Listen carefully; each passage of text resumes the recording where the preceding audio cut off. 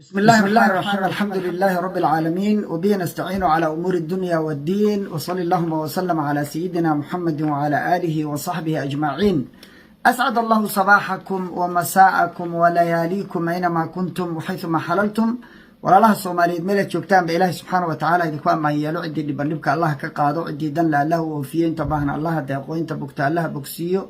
انت دمتي الله ونحرستو والدينتين الله ونحرستا أننا الله نوغدب نحرستو dalka diinta dadka iyo dowladnimadaba ilaahay subxaanahu wa tacaala inoo badbaadiyey. maanta oo bishu 21 tahay bisha saddexaad waxaan bal idinka update garayn doonaa wixii wararkii ugu dambeeyay oo soo kordhay. intaan wararka gelin waxaan ka digayaa xasan sheekh maxamuud dhibaatada uu la beegsanayo maamul goboleedka koonfur galbeed, maamulka la burburiyo, federalismka aan rabnaa in lagu sameeyo la magaranaysa la dhibaateeyo, maamul jira oo markaas docayn lagu sameeyo hadda tuulo ciidan la geeyo.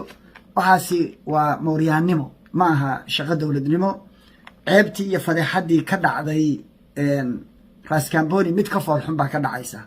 ummadda soomaaliyeed waxaan ugu baaqayaa gebi ahaanba in arrintaa laga hor yimaado, isla markaasna xasan ha ogaado haddii uu parallel process ku sameeyo koonfur galbeed, xamar baa lagaga dhawaaqayaa iyo garowe dowlad cusub oo isagu uusan madaxweyne ka ahayn oo tiisa garab socota. marka ha bilaabin nin quraarid ku jira dhagax ma tuuro, bil baa ku hartay. nin bil ay u harsan tahay mandatekiisa ma bilaabo dhagax tuur. marka jooji qaska awadid. reer koonfur galbeed waxaan leeyahay joojiya shakhsiyaadkan meelaha orordayo madoobe iyo ay ka mid yihiin caada qaatayaasha taageerada taageeraysaan joojiya. si guudna isku duubma oo ilaashada amnigiina iyo midnimadiina iyo maamul goboleedkiina. qofka madaxda ahi waana yimaadaa waana tagaa, ninkaas waa tegi doonaa maruu tagaba, ama waa dhimanaya ama waa la bedelaya, laakiin maamulkiina ha ku ciyaarinina, yaan lagu soo adeegsan maamulkaaga. idinka intaasaan idin oranaya. qodobka labaad, waxaan si mug iyo miisaan lagu ammaanaya una bogaadinayaa sheekh mustafe khudbaddii uu ka jeediyey ciidda. ilaahay subxaana wa tacaala ha xifdiga shiikha. intaan raadinayna intaa weeye culimada macnaha leh, maqaamka leh,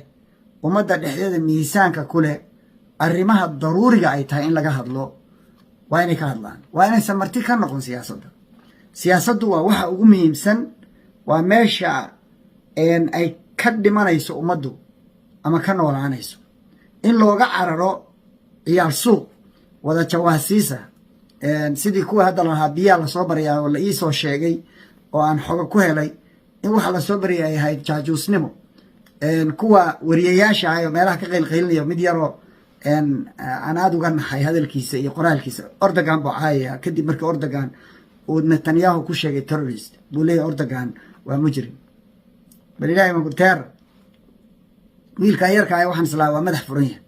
oo maskaxdiisu caqli buu leeyahay, waxbuu garan karaa. yani heerkaas dadku inay u duloobaan oo jawaasiis wada noqdaan, Mossad u wada tiftifa. bal Netanyahu caydiisa nin muslim ah, iska daa Soomaalinimo, nin muslim ah inuu ka xanaaqo wax la yaab leh wey. ma Netanyahu aan terrorist ahayn? ma isagaan war criminal ahayn? ma isagaan maalin walba terrorize garaynayn dad muslimiina? isaga caruur hadeer ku lahayn taaraan Falastiin wuxuu u geystay oo dhan kuma xisaabsana. waxaasoo dhan kuma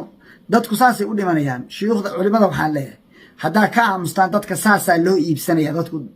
dad wax garanaya maaha. dad badan oo maran oo faaruqa baa dadkii horgalay oo hor ordaya, soo ma arkays. marka ummadda ilaahay subxaana wa tacaala ku anfaco shiikha hadalkiisa. shiicadu inay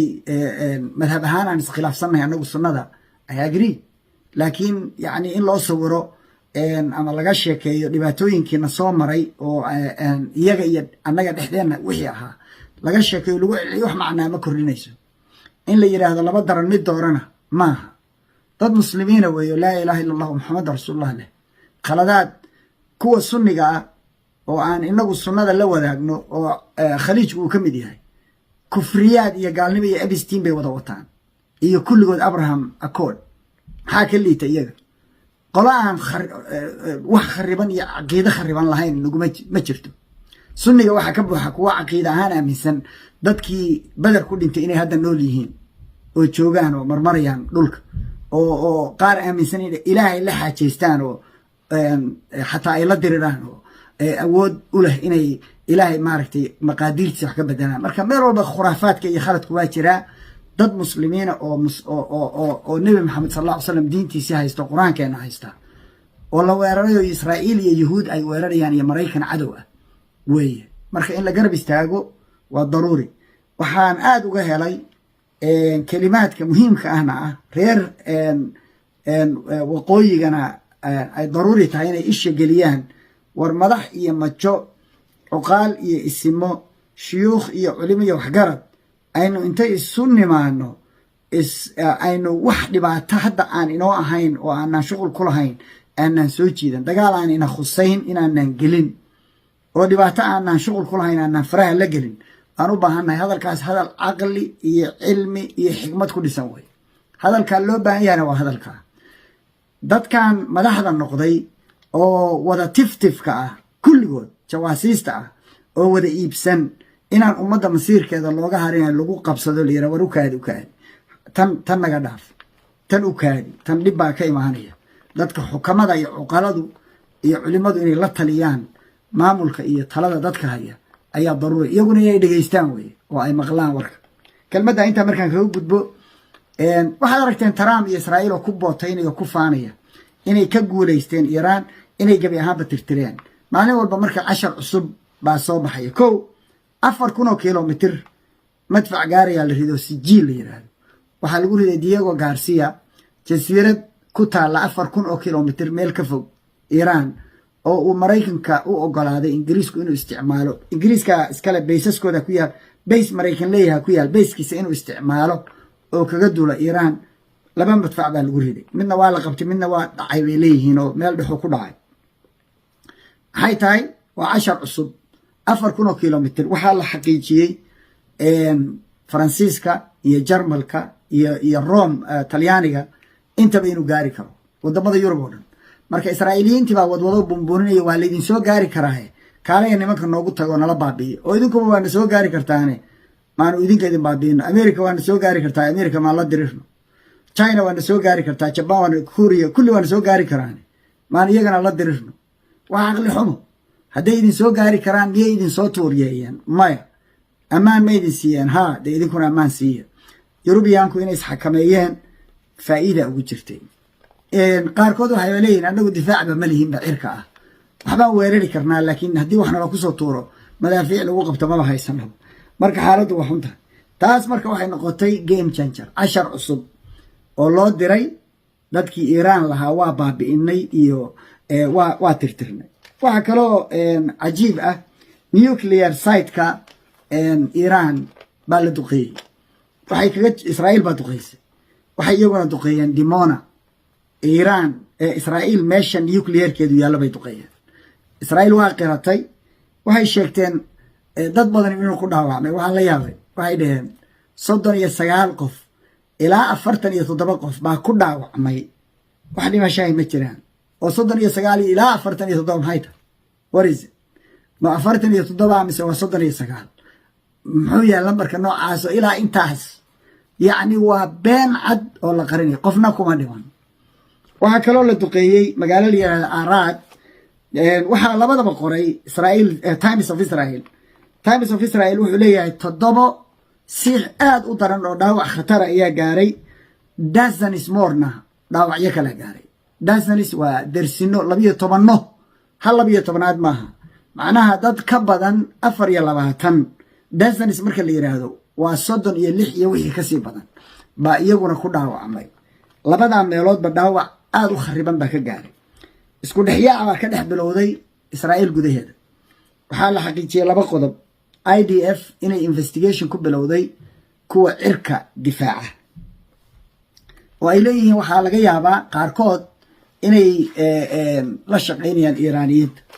laakiin waa wadanka ugu dambeeya oo jawaasiis laga helo maxay yeelay kulligood waa dambiilayaal caalamka oo dhan bay la dirirsan yihiin marka waa isku khasbayeen inay isdifaacaan sida muslimiinta ayaa caysay iyo Soomaalida wada jaajuuska noqotay oo kale maaha waxa kale oo ay cadeeyeen IAF Times of Israel IAF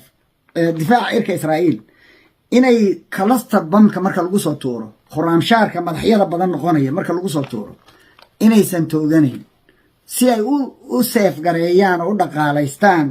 difaaca cirka halkaasna waxay ku tusaysaa maxay in arrin aad u darani ay ka dhacday magaalada Rishon la yiraahdo waxay dheen waxa la duqeeyay school kindergarten iyo daycare ahaa laakiin cidima joogin bay dheheen meel kale waxay yiraahdeen 3 dabaq building ah baa dhulka la simay sidoo kale Jerusalem meel baarkin uu ku dhacay waxaas ay akhriyaan meel kale waxaan ku arkay waxay yiraahdeen dadka naga dhaawacmay 4300 qof bay gaarayaan maxaa laba iyo 3 iyo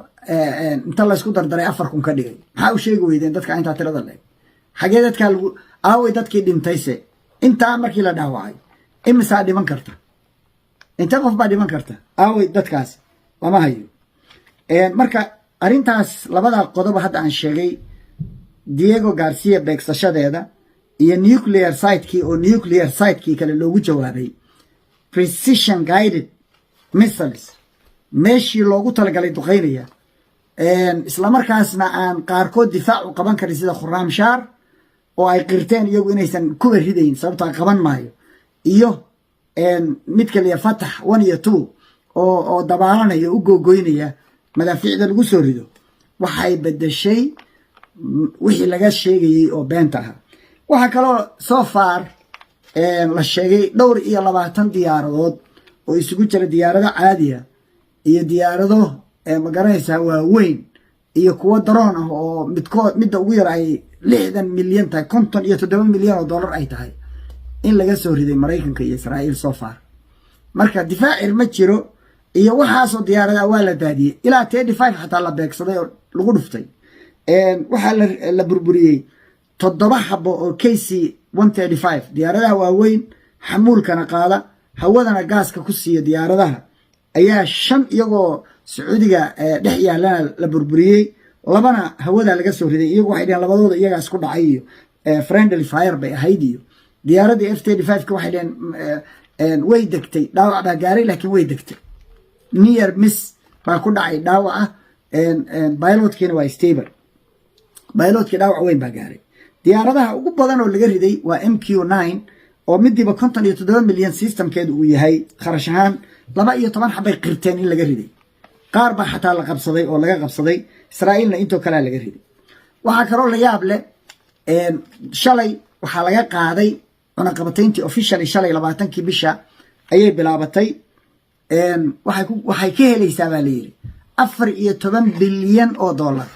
bay ka helaysaa Iran oilka ay gadayso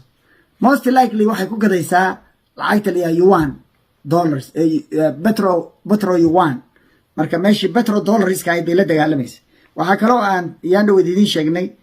inay Iran ay shardi kaga dhigtay markabka meesha gudbaya inuu oilka ku gato lacag aan ahayn lacagta dollarka isla markaasna China iyo wadamada magaranaysa uu gudbinayo lacagtooda lacag aan dollar ahayn in lagu kala gato iyo qodobka labaad hadda ay ku dareen inay fee bixiyaan ay meesha ku maraan